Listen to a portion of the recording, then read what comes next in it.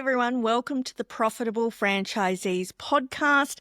This is the podcast where we bring powerful stories and strategies to help you to be a more profitable franchisee. My name's Tracey Leak and I am your host. Today we're talking, just us, and we're talking about how to actually maximize that franchisor relationship and your franchise systems that are available to you. And this is something I see a lot of franchisees do. They come into a franchise and they forget what's actually available to them to either make their life easier as they're trying to grow more profit or to fast track where they're going, or they simply start making things hard for themselves. My coach, over 20 years ago, Kate, we talk about it all the time. And she used to say this saying, and I think it's absolutely brilliant. She's like, business is not hard. That also means it doesn't mean it's easy, but it is simple. And oftentimes the reason our business is hard is because we're making it hard. And this is what I see a lot of times happen in franchising. The analogy I give is you say your job every day is to walk from your house half an hour down the street to the shops. You've got to buy 10 items and then you've got to walk home with them. And you start to think, hey, there's got to be a better way to do this. Sometimes it's raining, sometimes it's hot. When I'm coming back, I'm carrying all this heavy stuff. It takes me half an hour there, half an hour back. There's got to be a better way. There's got to be a system or a process to make this simpler, easier, speed it up. So you go out and you buy a really nice car. It's got air conditioning, it's got heating, it's got a great big boot so you can put lots of stuff into the back of it. And you go, right, this is the solution. So you buy it, you might take pictures and put it on Facebook or Instagram and you tell all your friends about it and you get home and you put that car into the garage because you go, hey, I'm going to protect this. But then the next day you get up and you start walking to the shops to get the things you need to do. You've just bought and invested in this system and process, this car to make things easier, but you've left it in the garage. And this is what I see a lot of franchisees do. They invest into a franchise system and they basically, in effect, leave it in the garage. I was once coaching a guy who won Australian Franchisee of the Year. And after he won that, lots of people were calling him to ask him how he did it, why he was so successful. And when I say that, I mean, it's not just people from his own brand, but from other franchise brands. And I still remember this because he used to say, oh, well, I'm good to my team, I'm good to my customers, and I follow the system. And people used to say to him, but hold on, wait, what else were you doing? What was the secret? And he's like, the secret was I was good to my team, I was good to my customers, and I followed the system. And this is where it comes back to, are you actually maximizing what you're doing within the franchise? And so step one is get back to basics and are you actually following the systems? Now, when we talk about the basics, most people, they want to do something new or exciting. And it's like, there is nothing basic about the basics. And that's actually what every business needs to do. Just 2 weeks ago, I was working with some multi-unit franchisees from a brand and I had 2 days working with them in a workshop and everything we talked about were the basics. There wasn't anything basically new or exciting. I did teach them how to use ChatGPT, but otherwise, there wasn't anything majorly new or exciting that we were talking about. And they realized it. And one of the guys who had been in business for a long time, even before this franchise group, he'd been in business a long time. And he goes, oh my goodness, he said some not nice things about himself. He was like, oh my goodness, I'm an idiot. I'm so stupid. Like, it's all of these basic things. And I'm like, we just have to remember that. We get so caught up in new and exciting things or things that are different, or we're trying to do it. The most profitable businesses are the ones that are kind of boring. Okay, like you've got your systems and processes down pat. You know what needs to happen. It's become quite predictable. They're actually the best businesses. Go find your excitement somewhere else, okay? Don't try and change things up to have some excitement in your business because it's not going to help you to be as profitable as you could be. So the first thing I would really suggest is you do a systems overhaul. And when I mean that, an overhaul doesn't mean that you're going to change the systems. I want you to go through your business and go, where have I got off system? And which systems am I using, but am I not maximizing? Sometimes we might be doing part of the system, or we're sort of doing it, but we're not really doing it well. Go back and look at the systems and the processes and go, right, where have we got off track? Because we all do it. Don't feel bad if you've got off track. We all do it. But I want you to go back and look at your systems and processes and go, where do we need to get back onto brand systems? What are the franchise systems that we've stopped using or we need to start using? And also, check in and see if things have changed. Sometimes we're still doing things the old way when there's a new, better, faster, sleeker way of doing things, and we just haven't updated our systems to make that happen. So when I say do a systems overhaul, I don't mean changing it. I mean actually going back and looking at what you're doing and to actually re-implement the systems. The other thing I'd really do, if you want to maximize being in a franchise, and we're looking at, franchise systems and processes and even just how you're best utilizing the franchise or how you're leveraging that. One of the things I would suggest is go back and think about why you originally joined this franchise brand and system. What was it that appealed to you about it? Go back to your roots and go, what got you excited when you first joined? What is it you want to do? I once had a franchisee who had been in the system for about 10 years, and he actually asked the franchisor if he could come back and do initial franchise training. He wanted to reignite that spark. And so he came in and he didn't disrupt the training. It's not like all of a sudden he said, oh, you do this, you do that. He said, I want you to treat me like I'm brand new again. And he said, it got him back to remembering why he joined. He also got him back to remembering why they did certain things certain ways. It had sort of become a process and he'd forgotten why they did things in the ways they did it.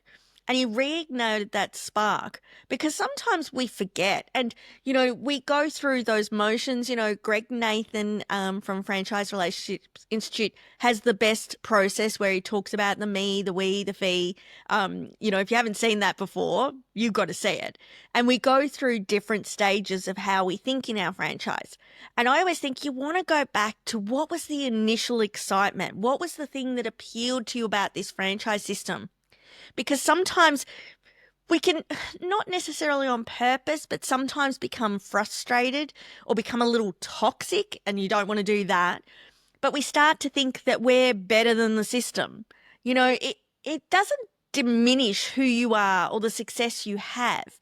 I know a lot of multi-unit franchisees in particular who, they could probably actually even go out and start their own franchise business. Like they could be a franchisor. They have that entrepreneurial spirit in them where they could do that. But they actually know that by using the franchise system, they can actually fast track their results. They know they can leverage it. They've got the support they need. They've got the infrastructure to actually fast track their results than going out on their own. And sometimes we get caught up in our own ego, forgetting that we're in that franchise system to speed up our results, to leverage those results, that we don't have to carry the load all on our own. That doesn't mean you can't do that. It just means that you're smart enough to see that, hey, by using a franchise, I can speed up the process. I remember reading a book before I became a coach. It was when I first started in business. And I read this book, and I can't even tell you what the name of the book was. I'm so sorry to the author of this book who wrote it, but I remember reading it and said, we want to learn from our mistakes. And in this book, it said, but life's too short to learn from just your own mistakes. You want to learn from everybody else's as well. And I think that's the case in franchising. And it's not just mistakes, it's also success. Success leaves clues. And in a franchise system, instead of one person testing and measuring, say, a new marketing campaign, you might have 100 people who can test and measure it. You've got 100 people working out the best practices, the best ways to work with teams.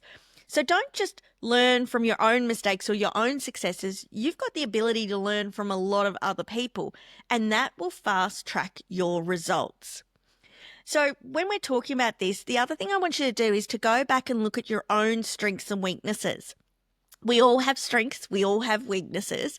Go back and look at them. Now, if you've been listening to the podcast or you've heard me speak before, you'll know that I always talk about that we want to focus on your strengths, because it's not school. If you had a kid in school that was good at art, like they naturally had some talent for art, but they were borderline passing maths, what would the majority of the population get them a tutor for? Probably maths. But you know what? This kid's never going to be a mathematician. Sure, get him a tutor for maths so they can, count money and get out of school with some sort of self-esteem. But what happens if we got them a tutor for art? They're already showing a natural talent in it. It's a strength. What happens if we got them a tutor for art and we could take it to the next level? I think the same thing in franchising. What are your strengths and your weaknesses?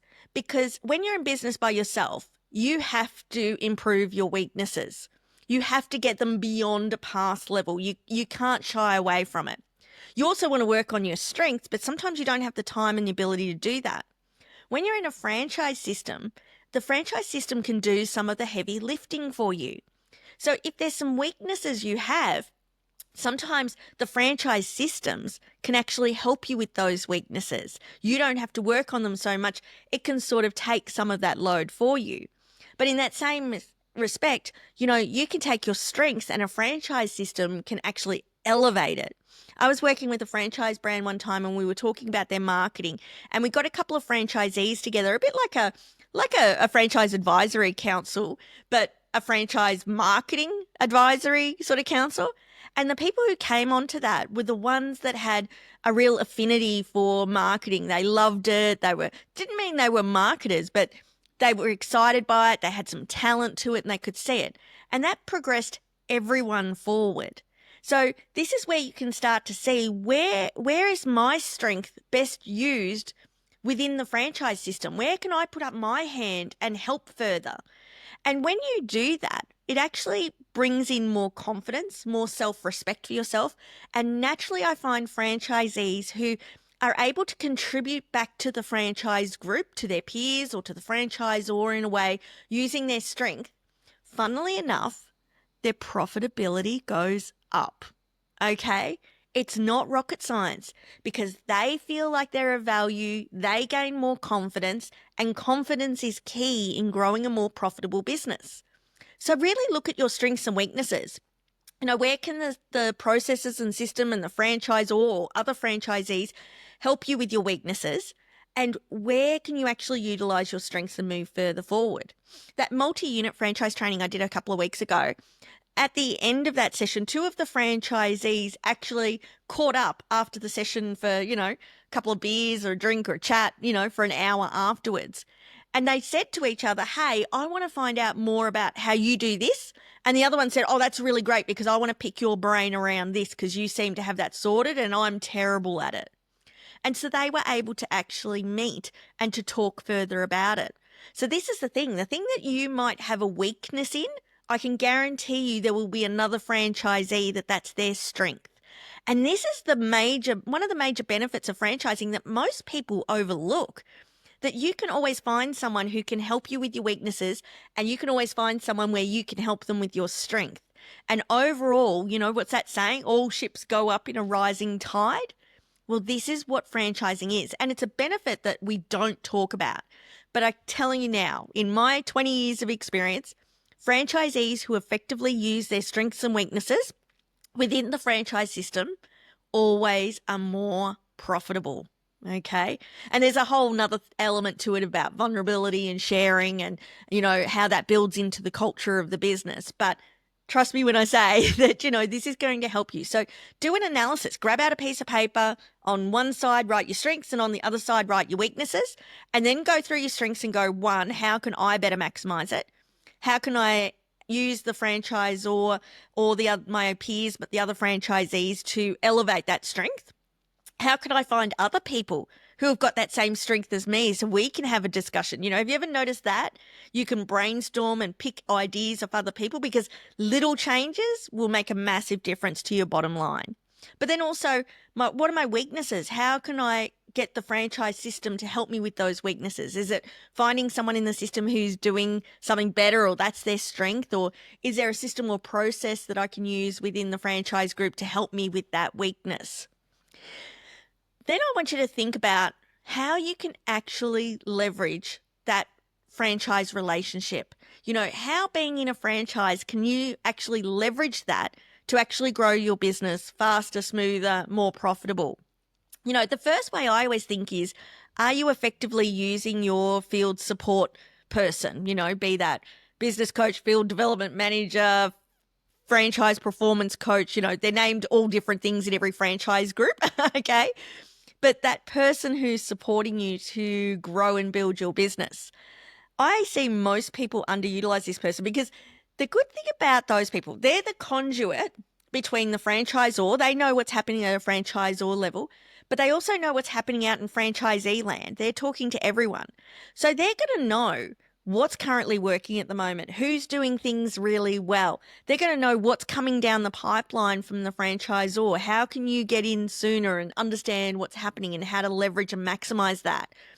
Your field support manager is the person who has all the cards. They know what's happening. They've got their finger on the pulse. They know who's doing what and doing it best. If you've got, I need to do some marketing. Well, who in the system is doing great marketing? They will either know or they can find out for you. Who's doing really good stuff with their team? Who's got a really good team? Who should I be talking to? What are they doing? These are the questions you can ask your field support manager that will fast track your results and help you to be more profitable. Oftentimes, many franchisees and even franchisors use that person in a compliance role. And yeah, there's a certain amount of compliance where they've got to come out and check that everything's right, especially when we start talking, anything with regulations around it, think like food and health and safety and hygiene and those things. So yeah, they've got a compliance element, but I'm talking about using them in the coaching element. And the best coaching comes when you ask better questions. So by asking them, what are they seeing? What's working? What's top of mind? They can help you to actually grow and build your business faster. And this is what I mean by leveraging the franchise. Who's testing, measuring stuff? Who's trying something a bit different? Who's doing something really well with the system or process and making it work? They're going to help you. The other way you can leverage being in a franchise is via your marketing. Now, I've got an episode coming up soon on the podcast talking about branding versus direct response marketing. But what I want you to think about, and if you want to learn more about it, wait for that episode. It'll be in a couple of weeks, maybe 2 or 3 weeks. It'll come out. But I want you to think about marketing from that national level. I always say to franchisees, let the national marketing team, head office, the franchisor take care of the branding. Yes, absolutely. Your branding, having your store, looking good, your signage right, always using the logo, making sure everyone's in their correct uniform. Yeah, absolutely. That's all branding. But marketing to brand your business is expensive. Okay, simple as that. It's expensive. Let head office take care of that. Let them do that stuff. But what I want you to work out is how you can piggyback onto the back of that marketing. What's coming up? Know what the marketing team is doing. Asking them what's working so you can implement your local area marketing. As an example, a lot of times when the national marketing team is doing a big national campaign, let's say they're doing a big campaign on social media or on TV, or, they're going out there and they're doing a big campaign. A lot of franchisees go, okay, well, that's happening this month. I can sit back and not do any local area marketing because that'll take care of it. I actually think that's the time when you need to double down and do more local area marketing. Because we know people need to see, think, or talk about your business 4 to 5 times before they buy. If it's purely online, it can be 18 to 20 times they need to see, think, or be talking about your business or the products or services that you provide. So when you think about that, when the national marketing team is putting out a campaign, you want to leverage that and do more local area marketing. And you want to leverage those people, get to know the marketing manager because they usually have that expertise. They'll have some ideas and thoughts for you. I always say you want to be kind of like the favorite franchisee. You want to be the one that's delightful. Always be friendly, treat the head office team with lots of respect. That doesn't mean if you've got a problem, you can't bring it up, but bring it up with respect. Because if you're the person that they see as a model franchisee, guess who gets the best information? Who gets the most help? Just thinking a logical point of view, who do you like to help more? The people who are polite and kind to you and always willing to lend a hand, or the ones that are kind of rude and, just have entitlement expectation, okay? And you've got to be careful of that in franchising. So think about that from a marketing perspective. Another way you can leverage your franchise system is by learning from your peers. You know, peer-to-peer sharing and knowledge is probably the biggest benefit about being in a franchise. You know, what do we say? You're in business for yourself, but not by yourself. And a lot of people think that by talking about that, that means, well, the franchisor is there to help you. I think it's about the franchisees. Where you will get the best information is from the other franchisees. And it's asking questions. Go back and listen to the episode I did with Dan Massetti from Boost. And I'm sure in that episode, I'm sure he talked about it in the episode, but if not, he always talked about that when they went to conference, they would go with a list of people they wanted to see and the questions they wanted to ask them. And when they got there, they made times with them all. You know, hey, can we meet at 6 o'clock tonight at the bar for a drink? Hey, can I meet you at 7 o'clock for dinner? He made appointments with people, other franchisees, and that's how he fast-tracked his results. Are you utilizing your peer-to-peer network? Now, remember, it's got to be a two-way street. You're not just taking from it, you also want to give to it. And the funniest thing is when you start sharing things that are working within your business, you reteach yourself, okay? You remind yourself what's actually working. And sometimes if you're a long-standing franchisee, I see this happen all the time. So say you've been in the franchise group for 10, 15 years, and a new franchisee starts asking you questions like, what did you get to do to get up and running? What were the best practices you used? All of a sudden you start remembering the things that you used to do that for whatever reason you've stopped doing, but that they worked. And they're the things that you can add to your list. That's one of my favorite questions to ask a long-term franchisee. What are the 2 or 3 things that you used to do that worked that for whatever reason you've stopped doing? That's the first place to start when you're looking to grow your business. Go back to those things. So by actually utilizing that peer-to-peer support, you're going to be able to fast track your business and to be more profitable. So just some thoughts, bit of an opening of a conversation today. This is not all tied up in a little bow, but I want you to go back and go, hey, why did I join the franchise to start with? What are my strengths and weaknesses? What are the systems and processes that I either need to leverage more or maybe I need to re-implement, okay, or go back to the system to help you to be more profitable? And this is the trick. Don't learn from just your own mistakes. Learn from everybody else's. And that is the benefit of being in a franchise. It's not just a solo business owner trying to do everything themselves. You've got a support team around you. You've got a whole stack of other franchisees. You've got multiple people running a similar business to you that you can learn from and to leverage. And you've got a field support manager who probably knows what's happening in other people's businesses and can direct you in the right direction of who to talk to or to give you the best, most up-to-date information. So go out there, have a look at your systems and processes and keep moving forward.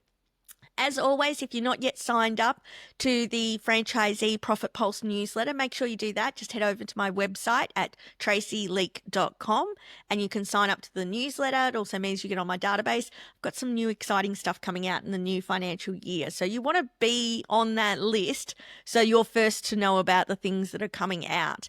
There's some things that I'm developing and working on. So I hope that helps everyone today. Go back. Remember, the franchisor and the head office team should be your friends, not your foe, and actually start utilizing that to speed up your process and to be more profitable. Okay, guys, I'll talk to you next week. See you guys.